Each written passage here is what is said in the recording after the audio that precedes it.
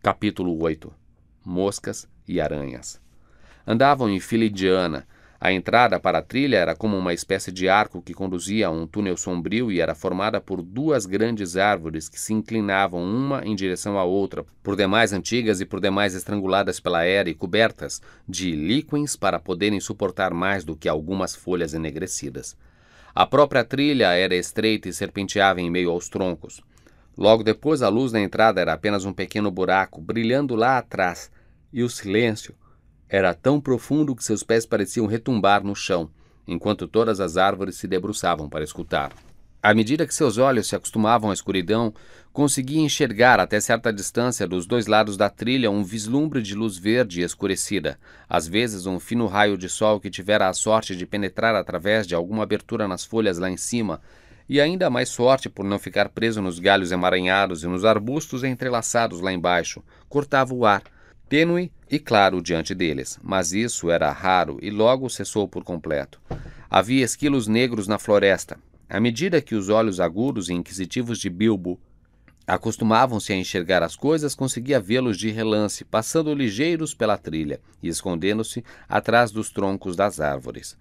Também havia ruídos estranhos, grunhidos, passos arrastados e correrias na vegetação rasteira, e entre as folhas que em certos pontos empilhavam-se em inúmeras camadas no chão da floresta. Mas o que causava os ruídos ele não conseguia ver. As coisas mais nojentas que viam eram as teias de aranhas, teias escuras e densas com fios extraordinariamente grossos, muitas vezes estendendo-se de árvore a árvore, ou emaranhados nos ramos mais baixos dos dois lados. Não se via nenhuma estendida no meio da trilha, mas se era alguma mágica que mantinha o caminho limpo ou algum outro motivo, eles não sabiam dizer. Não demorou muito para que começassem a odiar a floresta com a mesma intensidade com que haviam odiado os túneis dos orques, e ela parecia oferecer ainda menos esperanças de chegar ao fim. Mas tinham de avançar sempre, mesmo muito depois de começarem a morrer de vontade de ver o sol e o céu e de ansiarem pelo vento em seus rostos. O ar não se movimentava sob o teto da floresta, era eternamente parado, escuro e abafado. Até mesmo os anões, que estavam acostumados a escavar túneis e algumas vezes viviam por longos períodos sem a luz do sol, sentiam isso. Mas o hobbit, que gostava de tocas para morar, mas não de passar dias de verão dentro delas, sentia que estava sendo lentamente sufocado. As noites eram a pior parte. Tudo ficava escuro como breu. Não o que vocês chamam cor de breu, mas breu de verdade, tão negro que realmente não se podia ver nada. Bilbo experimentou abanar a mão na frente do nariz, mas não conseguiu enxergá-la de jeito nenhum. Bem, talvez não seja verdade que não pudessem ver nada. Podiam ver olhos. Dormiam todos juntos, aconchegados um ao outro, revezando-se para montar guarda. E, quando era a vez de Bilbo, ele via clarões na escuridão ao redor e às vezes pares de olhos amarelos, vermelhos ou verdes. Esses olhos os observavam a certa distância e depois lentamente se apagavam e desapareciam para lentamente surgirem brilhando de novo em outro lugar. Algumas vezes brilhavam nos galhos logo acima dele, e isso era aterrorizante. Mas os olhos de que menos gostava eram de um tipo horrível, pálido e bulboso, olhos de insetos, pensou ele, e não são de animais, só que são muito grandes. Embora ainda não estivesse muito frio, tentaram acender fogueiras de vigia durante a noite, mas logo desistiram. O fogo parecia atrair centenas de olhos ao redor deles, embora as criaturas, ou o que quer que fossem, tomassem o cuidado de nunca exibir seus corpos no bruxuleio das chamas. Pior ainda, atraía também milhares de mariposas cinza escuras e negras, algumas quase do tamanho de uma mão, que batiam as asas e zumbiam em volta de seus ouvidos. Não podiam aguentar aquilo, nem os enormes morcegos negros como uma cartola. Por isso desistiram das fogueiras e à noite sentavam-se e cochilavam na escuridão enorme e sinistra. Tudo isso se estendeu por um tempo que para o hobbit parecia séculos, e ele estava sempre com fome, pois todos tomavam extremo cuidado com as provisões. Mesmo assim, conforme os dias passavam, e ainda assim a floresta parecia sempre a mesma, começaram a ficar apreensivos. A comida não duraria para sempre. Na verdade, já estava começando a minguar. Tentaram atirar nos esquilos e desperdiçaram muitas flechas até conseguirem abater um na trilha. Mas, quando o assaram, viram que o gosto da carne era horrível e não mataram mais nenhum esquilo.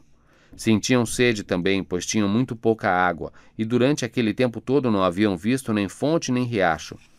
Era esse o seu estado quando um dia viram seu caminho bloqueado por um curso de água. Corria rápido e forte, mas não era muito largo, e era negro, ou assim parecia na escuridão. Foi bom que Beorn os tivesse avisado sobre esse rio, ou teriam bebido de sua água, qualquer que fosse a sua cor, e enchido alguns dos odres já vazios. Naquela situação pensavam apenas em como atravessar o rio sem se molharem.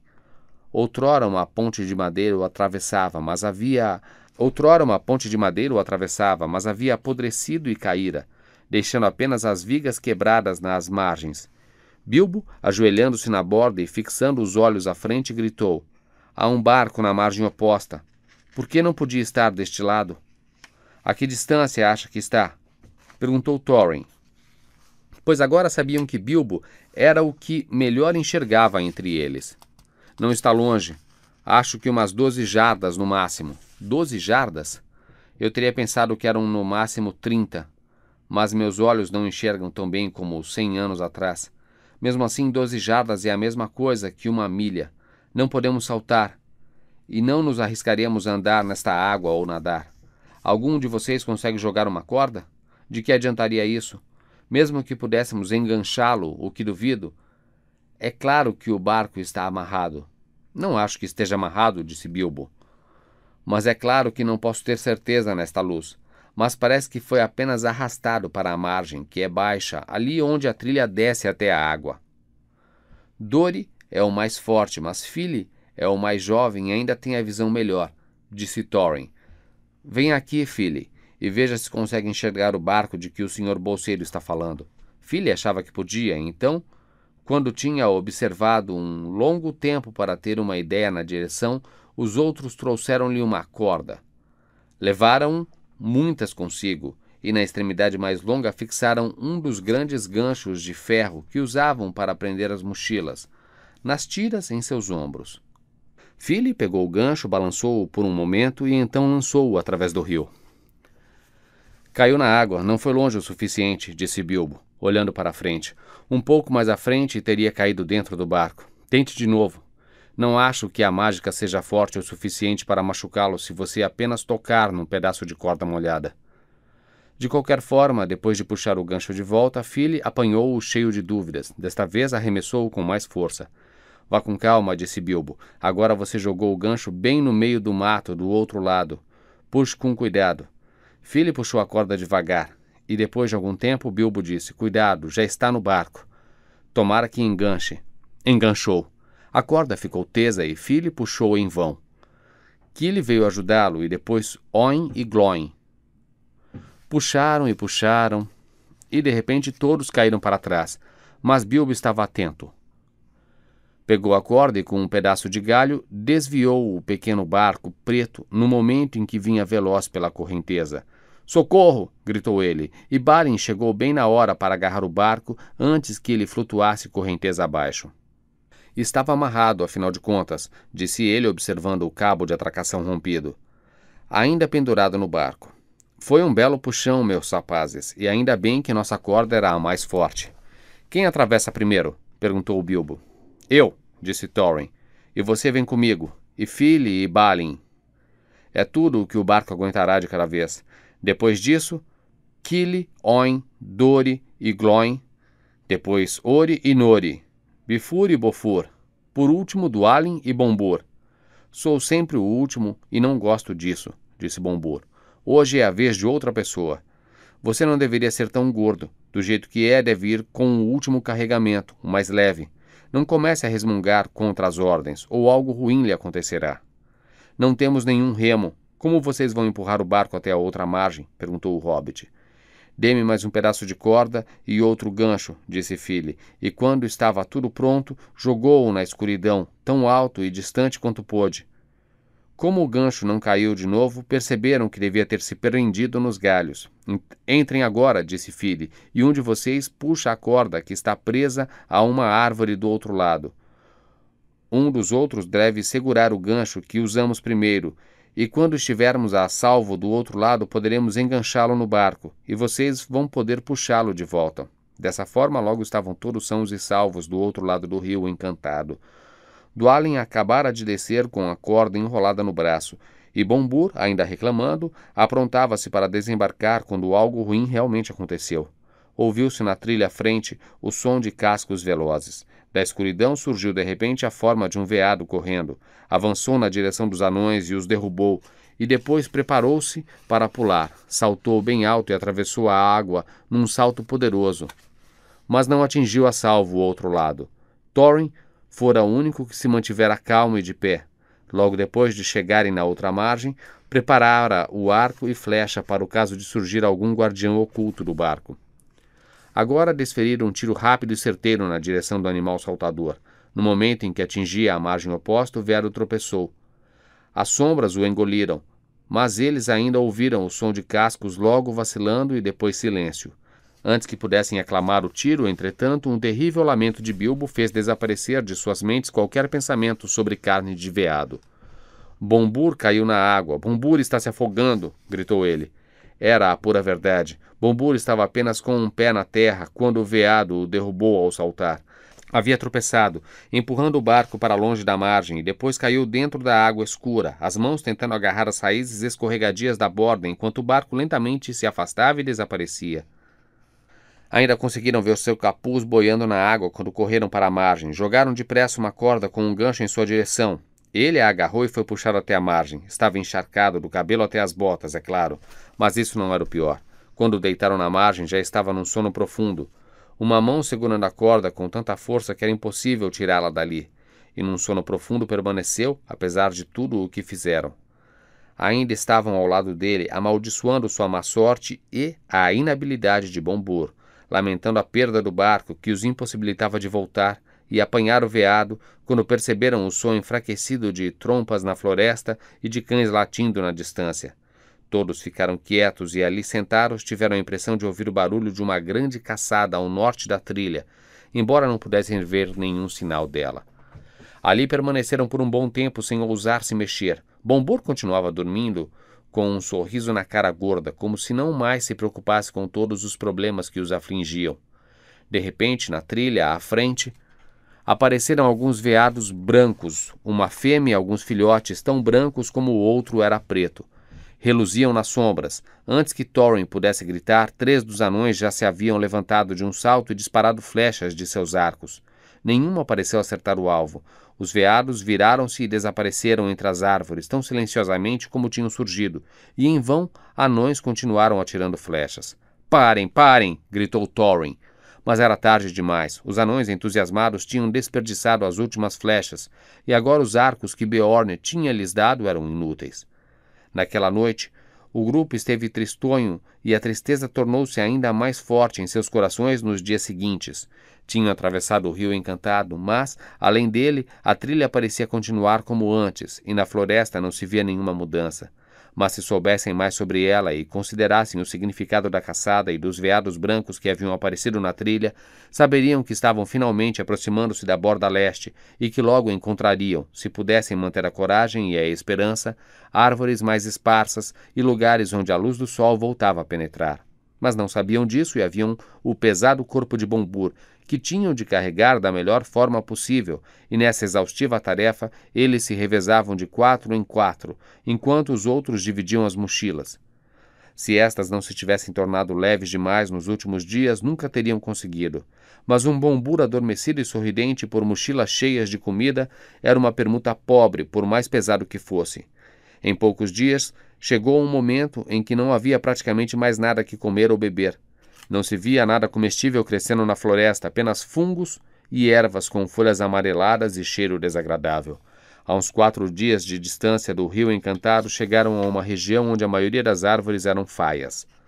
A princípio, sentiram-se inclinados a alegrar-se com a mudança, pois não havia vegetação rasteira e a sombra não era tão densa. Ao redor deles, havia uma luz esverdeada e, em alguns trechos, conseguiam enxergar até certa distância dos 2 lados da trilha. Mesmo assim, a luz mostrava-lhes apenas fileiras intermináveis de troncos cinzentos e retos, como os pilares de algum enorme salão ao crepúsculo. Havia um sopro de ar e barulho de vento, mas o som era triste. Algumas folhas caíam farfalhando para lembrá-los de que lá fora o outono. Seus pés afundavam nas folhas mortas de outros incontáveis outonos, trazidas pelos ventos dos espessos tapetes rubros da floresta para as margens da trilha. Bombur ainda dormia e eles estavam ficando muito cansados. Às vezes ouviam um riso perturbador. Outras também cantoria na distância. O riso era o riso de vozes belas, não de orques, e a cantoria era bonita, mas soava misteriosa e estranha, e eles não se sentiam consolados. Ao invés disso, apressavam-se a deixar a região com toda a força que lhes restava. 2 dias mais tarde, viram que a trilha começava a descer, e logo estavam num vale quase que inteiramente coberto por uma vigorosa mata de carvalhos. "Será que esta maldita floresta não tem fim?" perguntou Thorin. "Alguém precisa subir numa árvore e ver se consegue enxergar por cima das copas. A única maneira é escolher a árvore mais alta sobre a trilha." É claro que alguém queria dizer Bilbo.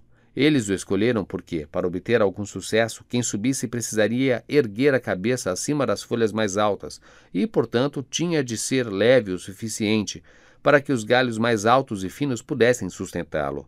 O pobre senhor bolseiro nunca tivera muita prática em subir em árvores, mas eles o levantaram até os galhos mais baixos de um enorme carvalho que crescia bem na trilha, e assim ele subiu da melhor maneira que pôde. Abriu o caminho através dos galhos entrelaçados, levando muitos golpes nos olhos.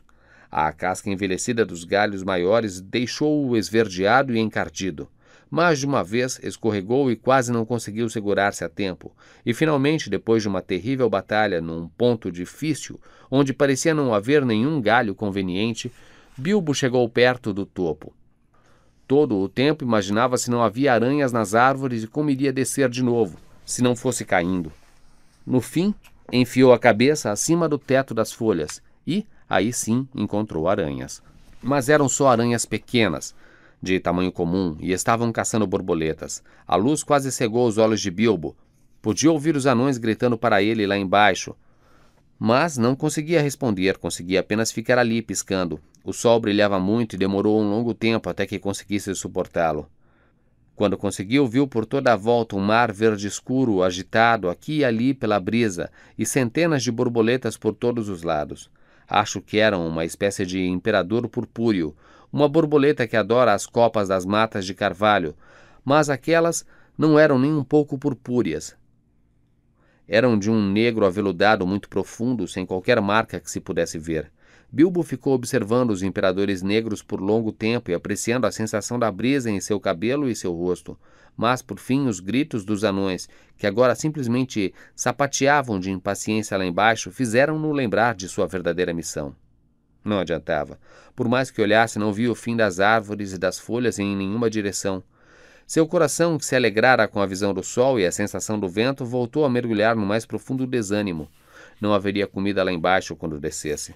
Na verdade, como eu já lhes disse, não estavam longe da borda da floresta, e se Bilbo tivesse o bom senso de perceber a árvore na qual subira, embora fosse alta, erguia-se perto do fundo de um amplo vale, de modo que, de seu topo, as árvores pareciam elevar-se por toda a volta, formando como que uma grande tigela.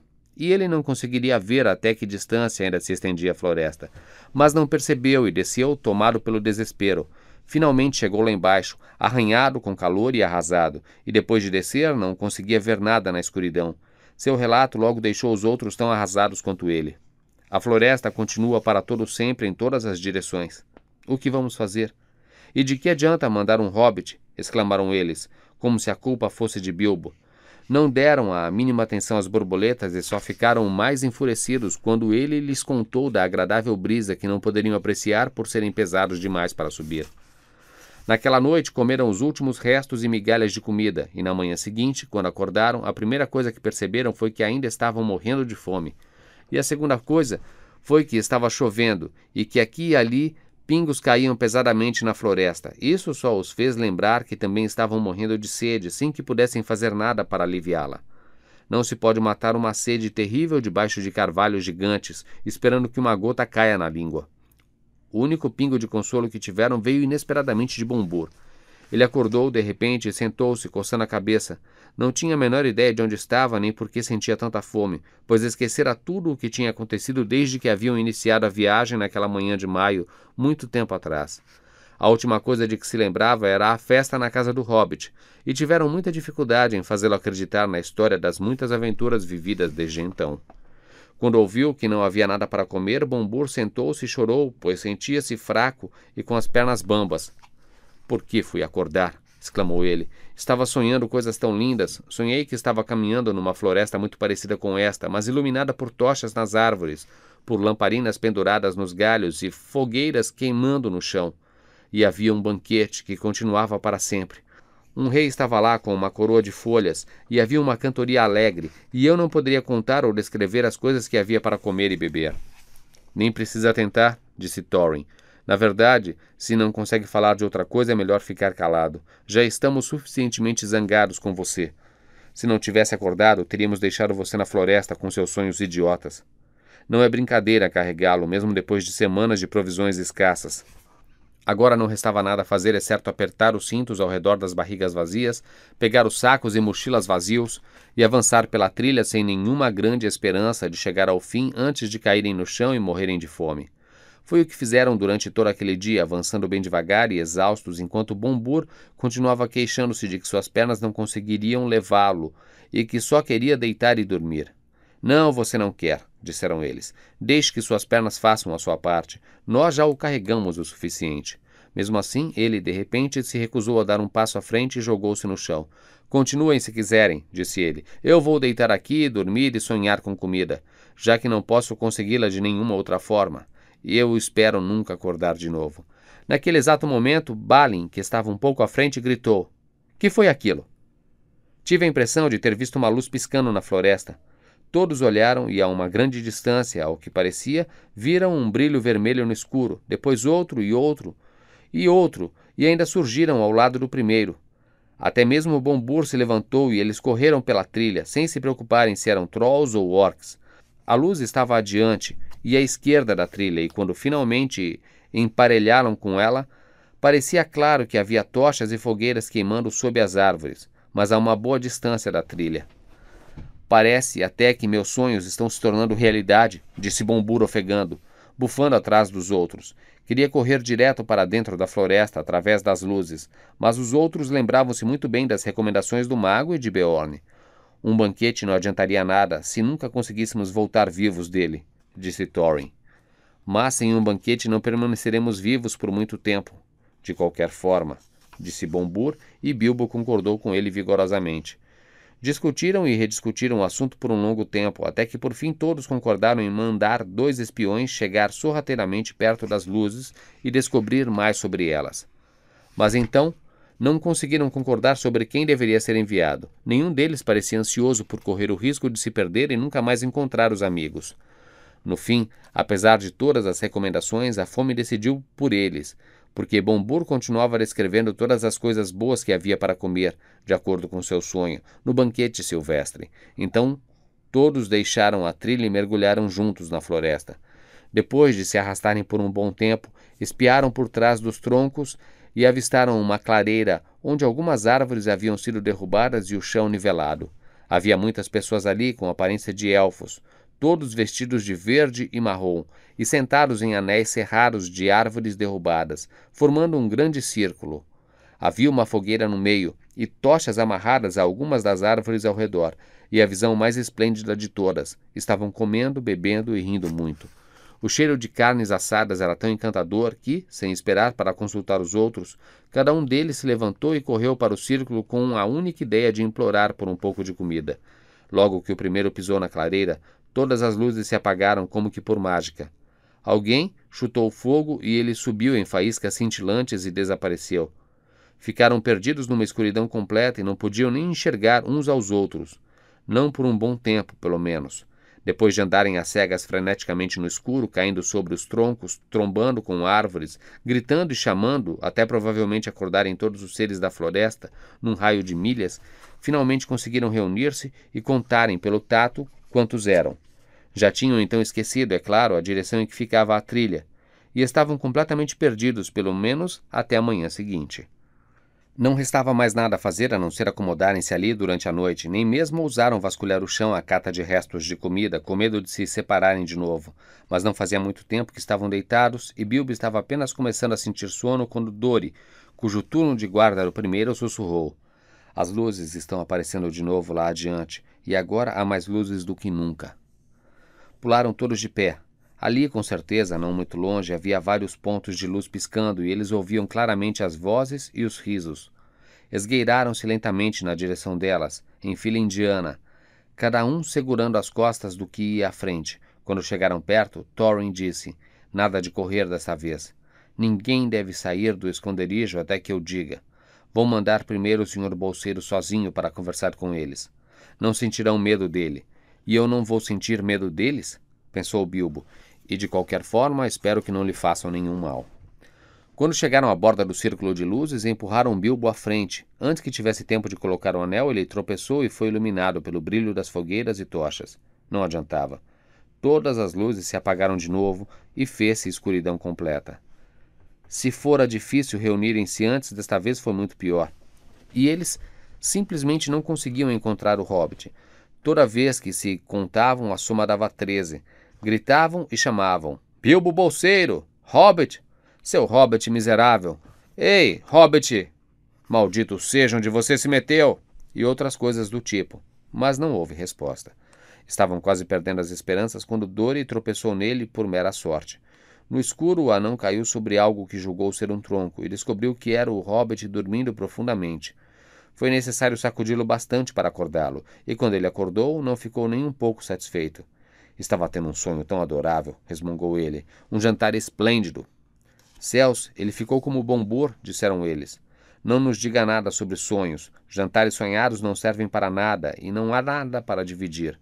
São os melhores que posso conseguir neste lugar horrível, murmurou ele, deitando-se ao lado dos anões e tentando adormecer para encontrar de novo seu sonho. Mas aquela não foi a última vez que as luzes brilharam na floresta. Mais tarde, quando a noite devia estar já avançada, Kili, que estava de vigia, veio e acordou todos de novo, dizendo: há um clarão razoável não muito longe daqui. Centenas de tochas e muitas fogueiras devem ter sido acesas de repente e por mágica. E escutem a cantoria e as harpas.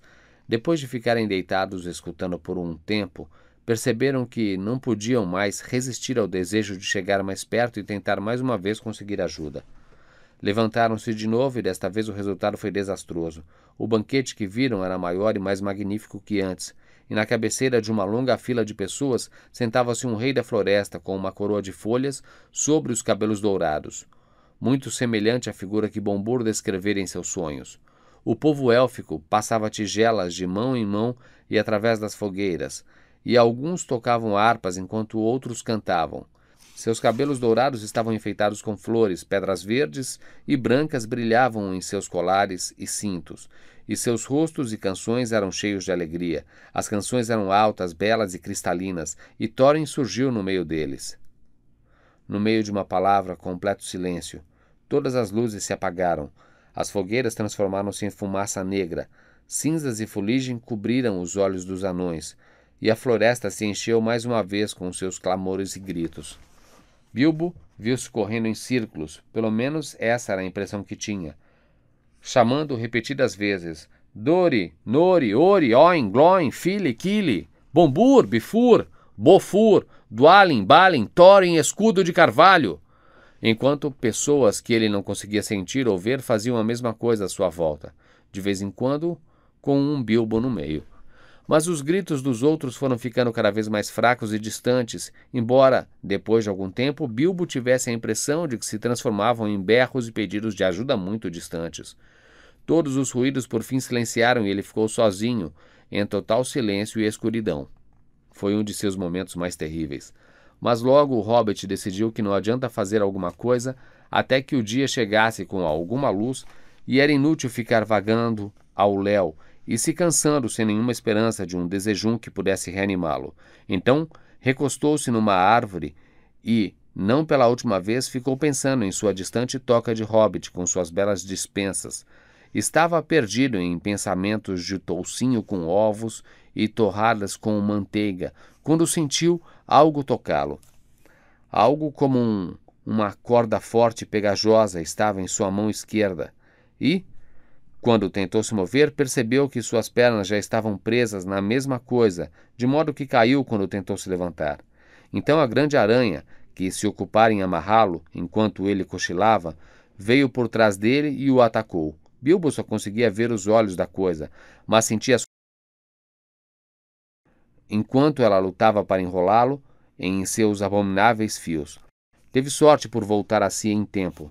Logo não poderia mais se mexer. Do jeito que estava, lutou desesperadamente até se libertar. Repeliu a criatura com as mãos. Ela tentava envenená-lo para mantê-lo imóvel, como as aranhas pequenas fazem com as moscas, até que se lembrou de desembainhar a espada. Então a aranha deu um salto para trás e ele teve tempo de cortar os fios e libertar as pernas. Depois disso, era a sua vez de atacar. Era evidente que a aranha não estava acostumada a seres com esse tipo de ferrão, ou teria se afastado mais depressa. Bilbo a atacou antes que ela pudesse desaparecer e a feriu com a espada bem nos olhos. Então ela enlouqueceu, e saltou, dançou e jogou as pernas em espasmos hediondos, até que ele a matou com outro golpe. Depois caiu no chão e não se lembrou de mais nada por um longo tempo. Quando voltou a si, viu ao seu redor a costumeira luz cinzenta e fraca do dia da floresta. A aranha jazia morta ao seu lado, e a lâmina da espada estava manchada de negro. De alguma forma, ter matado a aranha gigante sozinho na escuridão, sem a ajuda do mago ou dos anões ou de qualquer outra pessoa, fez uma grande diferença para o Sr. Bolseiro. Sentiu-se uma nova pessoa, muito mais feroz e corajosa, a despeito do estômago vazio, enquanto limpava a espada na grama e a colocava de volta na bainha. Vou dar-lhe um nome, disse a ela o hobbit. Vou chamá-la Ferroada. Depois disso partiu em exploração. A floresta estava sinistra e silenciosa, mas era óbvio que antes de mais nada tinha de procurar os amigos que provavelmente não estavam muito longe, a não ser que tivessem sido aprisionados pelos elfos ou coisas piores. Bilbo sentia que não era seguro gritar e ficou parado por um longo tempo perguntando-se em que direção ficava a trilha e em que direção deveria procurar os anões. Por que não nos lembramos do conselho de Beorn e de Gandalf? Lamentou ele. Em que enrascada nós estamos agora? Nós. Bem que eu queria dizer nós. É horrível ficar sozinho. No final, tentou adivinhar da melhor maneira possível a direção de onde vinham os gritos de socorro que ouvira durante a noite. E, por sorte, Bilbo nascera com uma boa quantidade dela, adivinhou mais ou menos certo, como vocês vão ver. Depois de decidir, esgueirou-se com a maior perícia possível. Os hobbits são peritos no que se refere ao silêncio, especialmente em florestas, como eu já lhes disse.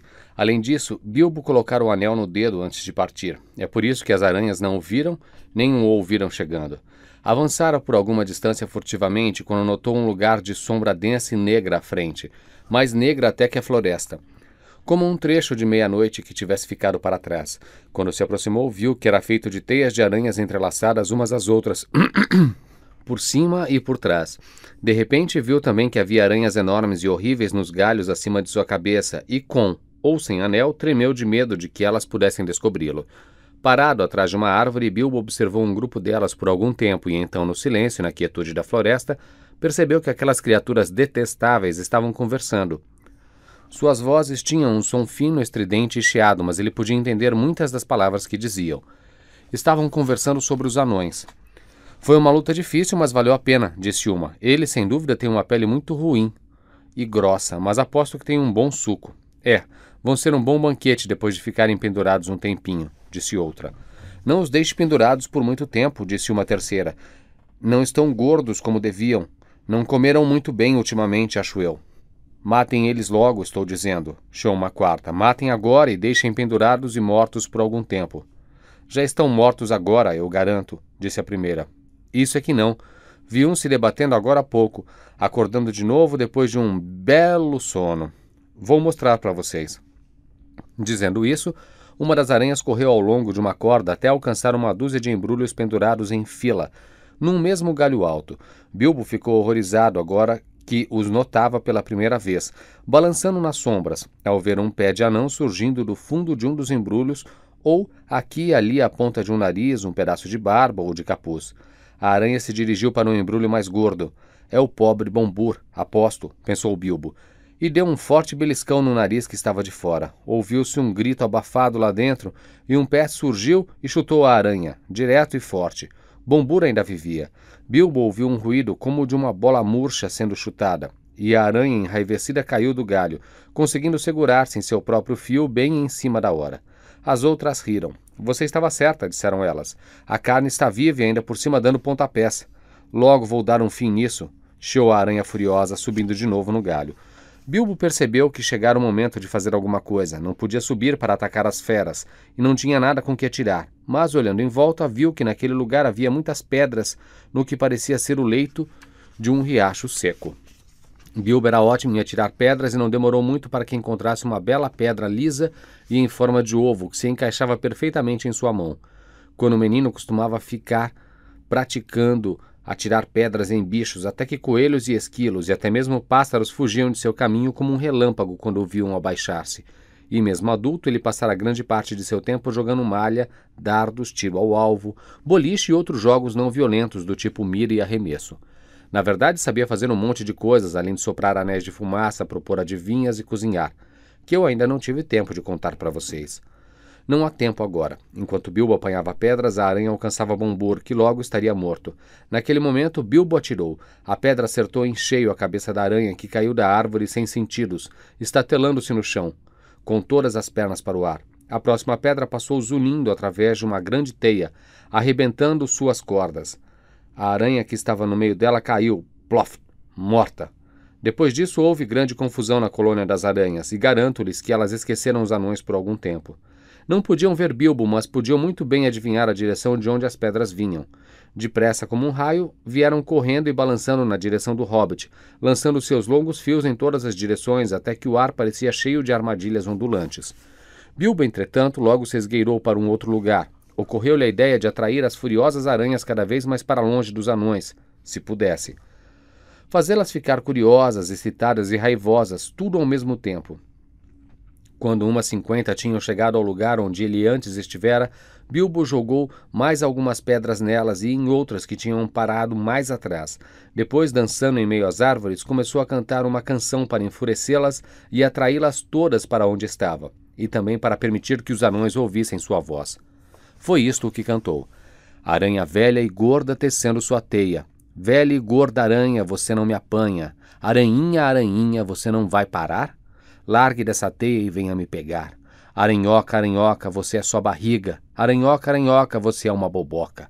Aranhinha, aranhinha, você já vai descer? Não pode me prender aqui em cima, estou na minha. Uma canção não muito boa, talvez, mas vocês devem se lembrar de que ele mesmo teve de improvisá-la num momento muito delicado. O efeito, de qualquer forma, foi o esperado. Enquanto cantava, jogou mais algumas pedras e bateu os pés no chão. Praticamente todas as aranhas do lugar vieram atrás dele. Algumas desceram ao chão, outras correram ao longo dos galhos, pulando de árvore em árvore ou jogando novas cordas através dos espaços escuros. Vieram num encalço do barulho mais depressa do que ele esperava. Estavam terrivelmente raivosas. Além das pedras, nenhuma aranha jamais gostou de ser chamada de aranhoca e boboca. É claro, é ofensivo para qualquer um. Bilbo correu para se esconder num lugar diferente, mas várias das aranhas tinham agora ido para diversos pontos da clareira onde viviam, e se ocupavam em tecer teias em todos os espaços entre os troncos das árvores. O Hobbit logo ficaria preso numa cerca densa de teias feita em toda a sua volta. Pelo menos, essa era a ideia das aranhas. Parado no meio dos bichos, caçando e tecendo, Bilbo juntou toda a sua coragem e começou uma nova canção. Aranha gordona, aranha bobona, tecendo a teia para me pegar. Minha carne é gostosa, é a mais saborosa, mas você não consegue me achar. Eu estou aqui, aranhinha malvada. Você é gorda, você é modorrenta, você não me pega por mais aplicada em sua teia gosmenta. Com isso virou-se e percebeu que o último espaço entre duas altas árvores fora fechado por uma teia, mas, por sorte, não uma teia adequada, apenas longos fios de teia de aranha, duplamente grossos, passados apressadamente para a frente e para trás de um tronco a outro. Empurrou então sua pequena espada, cortou os fios em pedaços e saiu cantando. As aranhas viram a espada, embora eu ache que não sabiam do que se tratava, e imediatamente todo o bando veio correndo atrás do Hobbit pelo chão e pelos galhos. Pernas peladas, peludas, pulando, pinças e fiandeiras, estalando. Olhos esbugalhados, cheios de espuma e ira, seguiram-no floresta adentro até que Bilbo não ousou avançar mais. Então, mais silencioso que um rato, ele voltou. Tinha muito pouco tempo, sabia disso, antes que as aranhas frustradas voltassem para suas árvores, onde estavam pendurados os anões. Nesse intervalo, teria de resgatá-los. A pior parte do serviço era alcançar o longo galho do qual pendiam os embrulhos. Acho que não teria conseguido se, por sorte, uma aranha não tivesse deixado uma corda pendurada. Com sua ajuda, embora a corda grudasse nas mãos e o machucasse, ele subiu, mas deparou com uma aranha velha, modorrenta, malvada e gorda que ficara para trás, vigiando os prisioneiros e estivera ocupada a beliscá-los para ver qual era o mais suculento. Pensara em começar o banquete enquanto as outras estavam longe, mas o senhor bolseiro estava com pressa, e antes que a aranha soubesse o que se passava, sentiu a ferroada do hobbit, rolou do galho e caiu morta no chão. O próximo serviço de Bilbo era libertar um anão. O que devia fazer? Se cortasse a corda na qual estava pendurado, o pobre anão cairia de uma altura razoável. Meneando o corpo ao longo do galho, o que fez com que os pobres anões dançassem e balançassem como frutos maduros, alcançou o primeiro embrulho. Filho ou Kili, pensou ele por causa da ponta de um capuz azul que aparecia em cima. Mais provavelmente Fili, pensou ele ao ver a ponta de um nariz comprido saindo do meio dos fios. Conseguiu, debruçando-se, cortar a maioria dos fios fortes e pegajosos que o prendiam, e então, chutando e se debatendo muito, a maior parte de Fili emergiu. Receio que Bilbo realmente tenha rido ao vê-lo, mexendo os braços e pernas enrijecidos, enquanto dançava suspenso pelas axilas nas cordas das aranhas, exatamente como um desses brinquedos engraçados que se equilibram no arame. De um modo ou de outro, Fili conseguiu subir no galho e depois fez o que pôde para ajudar o hobbit, embora sentisse enjoo e mal-estar por causa do veneno das aranhas e por ter ficado suspenso e amarrado a maior parte da noite, e o dia seguinte, apenas com o nariz de fora. Levou um tempo enorme até que conseguisse retirar aquela coisa nojenta dos olhos e sobrancelhas, e, quanto à barba, teve de cortá-la quase que por inteiro. Bem, os dois começaram a içar primeiro um anão e depois outro para então cortarem os fios que os prendiam. Nenhum deles estava melhor que Fili e alguns estavam pior. Alguns mal tinham conseguido respirar. Narizes grandes algumas vezes são úteis, como vocês podem perceber, e outros tinham sido mais envenenados. Dessa maneira resgataram Kili, Bifur, Bofur, Dori e Nori. O pobre Bombur estava tão exausto, era o mais gordo e fora o mais beliscado e cutucado, que simplesmente rolou do galho e caiu estatelado no chão. Por sorte, sobre folhas, e lá ficou, mas ainda havia 5 anões pendurados na ponta do galho quando as aranhas começaram a voltar, mais cheia de ira do que nunca. Bilbo imediatamente foi para a ponta do galho mais próximo do tronco e manteve as aranhas afastadas, pelo menos as que subiam. Tirara o anel ao resgatar Fili e esquecera-se de colocá-lo de novo, e todas começaram a esbravejar e chiar. Agora vemos você, sua criaturinha nojenta. Vamos devorá-lo e deixar sua pele e seus ossos pendurados numa árvore. Ele tem um ferrão, não é? Bem, vamos pegá-lo mesmo assim e depois vamos pendurá-lo de cabeça para baixo por 1 ou 2 dias. Enquanto isso acontecia, os outros anões trabalhavam com o restante dos cativos, cortando os fios com suas facas. Logo estavam todos livres, embora não estivesse claro o que aconteceria depois. As aranhas os haviam capturado com muita facilidade na noite anterior, mas eles estavam desprevenidos e no escuro. Desta vez parecia que seria travada uma luta horrível. De repente, Bilbo notou que algumas aranhas haviam se juntado ao redor de Bombur, no chão, prendendo-o de novo e agora o arrastavam para longe. Deu um grito e golpeou com a espada as aranhas que estavam à sua frente. Elas rapidamente abriram caminho, e ele tropeçou e caiu da árvore bem no meio das que estavam no chão. Para elas, sua pequena espada era algo novo em matéria de ferrões. Como voava de um lado para o outro. Brilhava com gosto quando as feria. Meia dúzia foi morta antes que o restante delas recuasse e deixasse Bombur para Bilbo. Desçam, desçam! Gritou ele para os anões que estavam no galho. Não fiquem aí em cima ou serão amarrados de novo. Pois Bilbo vira aranhas juntando-se em todas as árvores vizinhas e arrastando-se ao longo dos galhos acima das cabeças dos anões. Os anões desceram, pulando, escorregando ou caindo, todos os 11 num monte, a maioria deles muito trêmulos e com pouco controle das pernas. Ali estavam finalmente 12, contando o pobre Bombur, amparado de um lado pelo primo Bifur e do outro pelo irmão Bofur.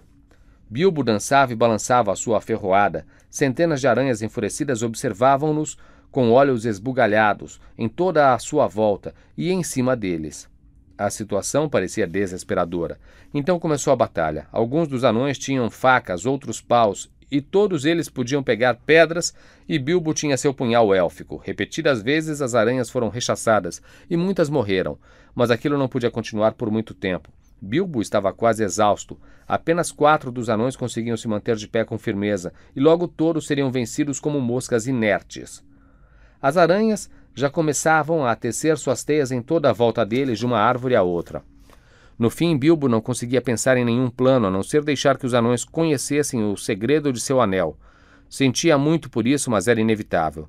"Vou desaparecer", disse ele. "Vou ver se consigo atrair as aranhas, e vocês devem ficar juntos e correr para a direção oposta. Lá para a esquerda, que é mais ou menos a direção do local onde vimos as fogueiras dos elfos." Foi difícil fazê-los entender, porque todos eles estavam zonzos e por causa dos gritos, pancadas e pedradas, mas, por fim, Bilbo sentiu que não podia mais demorar. As aranhas fechavam cada vez mais o círculo. De repente colocou o anel e, para a grande surpresa dos anões, desapareceu.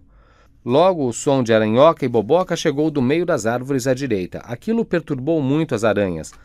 Elas pararam de avançar e algumas foram na direção da voz. Aranhoca as enfurecia tanto que perderam o controle. Então Balin, que compreendera o plano de Bilbo melhor que os outros, conduziu um ataque. Os anões juntaram-se, mandando uma saraivada de pedras, empurraram as aranhas para a esquerda e romperam o círculo. Atrás deles, os gritos e as canções cessaram de repente. Desejando com todas as forças que Bilbo não tivesse sido capturado pelas aranhas, os anões seguiram em frente, mas não com a rapidez necessária. Estavam enjoados e cansados e só conseguiam avançar cambaleando, embora muitas das aranhas viessem logo atrás deles. De vez em quando tinham de se virar e lutar contra as criaturas que os estavam alcançando. Algumas aranhas já estavam nas árvores acima deles, jogando para baixo seus longos fios grudentos. As coisas pareciam estar indo muito mal de novo, quando de repente Bilbo reapareceu e inesperadamente atacou pelo flanco as aranhas atônitas. Em frente! Gritou ele. "Eu cuido das ferroadas." E assim fez. Voava para trás e para frente, golpeando os fios das aranhas, cortando suas pernas e apunhalando seus corpos gordos quando chegavam perto demais. As aranhas inchavam de raiva, esbravejavam e espumavam, chiando, amaldiçoando. Mas tinham um medo mortal da ferroada e não ousavam chegar muito perto, agora que ela reaparecera. Assim, por mais que praguejassem, suas presas se distanciavam lentamente, mas sem parar.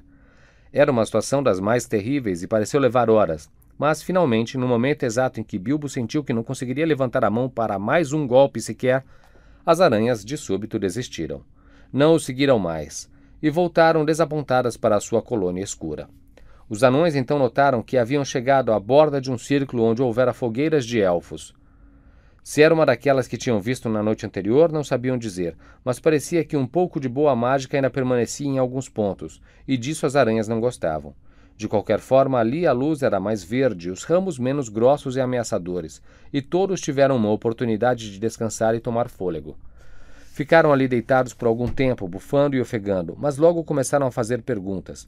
Exigiam explicações detalhadas de todo o negócio do desaparecimento e o achado do anel. Isso os interessou tanto que por alguns instantes esqueceram seus problemas. Balin, em particular, insistia em ouvir outra vez a história de Gollum, com adivinhas e tudo com o anel no lugar adequado. Mas, depois de algum tempo, a luz começou a diminuir e então outras perguntas foram feitas. Onde estavam? Onde estava a trilha? Onde havia comida? E o que iriam fazer? Fizeram essas perguntas vezes e vezes e era do pequeno Bilbo que pareciam esperar as respostas. Com isso, vocês podem perceber que ainda haviam mudado muito de opinião sobre o Sr. Bolseiro e passaram a sentir um grande respeito por ele, como Gandalf dissera que fariam. Na verdade, esperavam realmente que ele pensasse em algum plano maravilhoso para ajudá-los e não estavam apenas resmungando. Sabiam muito bem que, não fosse pelo Hobbit, logo teriam sido mortos e agradeceram-lhe muitas vezes. Alguns até se levantaram e se curvaram até o chão diante dele, embora caíssem devido ao esforço e não conseguissem pôr-se de pé de novo por algum tempo. Saber a verdade sobre o desaparecimento não alterou de modo algum a opinião deles sobre Bilbo, pois perceberam que o Hobbit tinha certa inteligência, além de sorte e um anel mágico, e todas as 3 coisas são posses muito úteis. Na verdade, elogiaram-no tanto que Bilbo começou a sentir que, afinal de contas, realmente havia nele algo de aventureiro destemido, mas teria se sentido bem mais destemido se houvesse algo para comer. Mas não havia nada, nada mesmo, e nenhum deles estava em condições de sair para procurar alguma coisa ou para encontrar a trilha perdida. A trilha perdida. Nenhuma outra ideia vinha à cabeça cansada de Bilbo. Apenas ficou sentado observando à sua frente intermináveis árvores, e depois de algum tempo todos ficaram em silêncio novamente. Todos menos Balin. Muito depois de todos terem parado de falar e fechado os olhos, ele continuou murmurando e rindo consigo mesmo. Gollum, ora, ora, então foi assim que ele passou por mim, não é? Agora eu sei. Foi se esgueirando, não é, senhor bolseiro? Botões todos esparramados na soleira da porta. Bom e velho Bilbo. Bilbo, Bilbo, bu, bu, bu, bu. E então adormeceu, e fez-se silêncio completo por um longo tempo. De repente, Dwalin abriu um olho e olhou em volta. Onde está Thorin? Perguntou ele. Foi um choque terrível. É claro que só havia 13 deles, 12 anões e um hobbit. Onde estaria Thorin? Ficaram perguntando-se que destino maligno fora lhe reservado, mágica ou negros monstros, e perdidos na floresta sentiam calafrios. Um a um, caíram no sono, num sono desconfortável e cheio de sonhos horríveis, enquanto a tarde se transformava em noite bem escura. E ali vamos deixá-los por enquanto, por demais cansados e indispostos para montarem guarda ou se revezarem na vigia. Thorin fora capturado muito mais depressa que eles. Vocês se lembram de Bilbo caindo no sono com uma pedra no momento em que entrava no círculo de luz? Logo em seguida fora Thorin quem avançara, e no momento em que as luzes se apagaram, ele caiu feito uma pedra encantada. Todo o barulho dos anões perdidos na noite, seus gritos quando as aranhas os pegaram e prenderam, e todos os sons de batalha do dia seguinte passaram por ele sem que os ouvisse. Então os elfos da floresta vieram até ele, o amarraram e o levaram embora. Os participantes do banquete eram elfos da floresta, é claro. Não são um povo mau. Se tem algum defeito, é sua desconfiança de estranhos. Embora sua mágica fosse forte, mesmo naqueles dias eram cautelosos. Eram diferentes dos altos elfos do oeste, além de mais perigosos e menos sábios, pois a maioria deles, juntamente com seus parentes espalhados nas colinas e montanhas, descendia das antigas tribos que nunca foram para o Reino Encantado no oeste. Lá foram os elfos da luz e os elfos das profundezas, e os elfos do mar, onde viveram por séculos e tornaram-se mais belos, sábios e eruditos, inventando sua mágica e seus habilidosos ofícios na confecção de coisas belas e maravilhosas, antes que alguns retornassem ao grande mundo. No grande mundo, os elfos da floresta permaneciam no crepúsculo de nosso sol e de nossa lua, mas amavam mais as estrelas, vagavam nas grandes florestas que cresciam viçosas em terras agora perdidas. Moravam de preferência perto das bordas das florestas, das quais podiam às vezes escapar em caçadas ou para montar e correr à luz da lua ou das estrelas, através das terras abertas. Depois da chegada dos homens, apegaram-se mais e mais ao entardecer e ao crepúsculo, mas ainda continuavam sendo elfos, e isso quer dizer bom povo. Numa grande caverna, a algumas milhas da fronteira da Floresta das Trevas do lado leste, vivia naquela época o seu maior rei. Diante de suas enormes portas de pedra, um rio corria que vinha das alturas da floresta e continuava até os pântanos no sopé das terras altas e cheias de bosques. Essa grande caverna, de cujos flancos saíam incontáveis cavernas menores, serpeava por baixo da terra e tinha muitos corredores e amplos salões, mas era mais iluminada e agradável que qualquer moradia de orc, e não tão profunda nem tão perigosa. Na verdade, a maioria dos súditos do rei vivia e caçava nos bosques abertos e tinha casas ou cabanas no chão e nos galhos das árvores. As faias eram suas árvores favoritas. A caverna do rei era o seu palácio, o lugar seguro onde guardava seu tesouro e a fortaleza de seu povo contra os inimigos. Era também o calabouço para seus prisioneiros. Assim, para a caverna levaram Thorin, não com muita gentileza, pois eles não morriam de amores por anões, e pensavam que ele era um inimigo. Nos dias antigos, haviam travado guerras com alguns anões a quem acusavam de roubarem seus tesouros. É justo dizer que os anões contavam uma história diferente, e diziam que apenas pegaram o que lhes era devido, pois o rei dos elfos negociara com eles para que trabalhassem seu ouro e prata a brutos, e depois recusara a pagar-lhes o que devia. Se o rei dos elfos tinha um fraco era por tesouros, especialmente prata e pedras preciosas. E embora seu estoque fosse rico, estava sempre ávido por mais, já que ainda não detinha um tesouro tão grande como o dos grandes reis élficos de antigamente. Seu povo não fazia mineração nem trabalhava metais ou pedras, também não se preocupava muito com o comércio ou com o cultivo da terra. Tudo isso os anões sabiam muito bem, embora a família de Thorin não tivesse nada a ver com a velha disputa de que falei, Consequentemente, Thorin, quando desfizeram um encantamento e ele voltou a si, ficou furioso com o tratamento que lhe haviam dispensado. Além disso, estava determinado a não permitir que lhe arrancassem nenhuma palavra sobre ouro ou pedras preciosas. O rei lançou um olhar severo a Thorin quando este foi trazido à sua presença e fez muitas perguntas, mas Thorin só dizia que estava morrendo de fome. Por que você e seu povo tentaram por 3 vezes atacar meu povo em sua festa? Perguntou o rei. Nós não os atacamos, respondeu Thorin. Viemos mendigar porque estávamos morrendo de fome. Onde estão seus amigos agora e o que estão fazendo? Não sei, mas acho que estão morrendo de fome na floresta.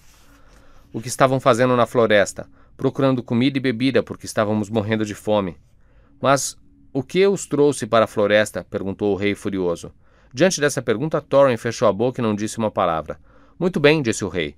Levem ele e o mantenham a salvo até que se sinta inclinado a dizer a verdade, mesmo que espere um século. Então os elfos prenderam ele com correias e fecharam-no em uma de suas cavernas mais profundas, com fortes portas de madeira, e lá o deixaram. Deram-lhe comida e bebida, ambas em abundância, embora não muito boas, pois os elfos da floresta não eram orques e comportavam-se razoavelmente bem, até mesmo com seus piores inimigos, quando os capturavam. Os únicos seres vivos com quem não tinham clemência eram as aranhas gigantes. Ali no calabouço do rei, ficou o pobre Thorin, e depois de sentir-se grato pela refeição, começou a imaginar o que teria acontecido com seus infelizes amigos. Não demorou muito para que descobrisse, mas isso pertence ao próximo capítulo e ao início de outra aventura, na qual o Hobbit mais uma vez mostrou sua agilidade e utilidade.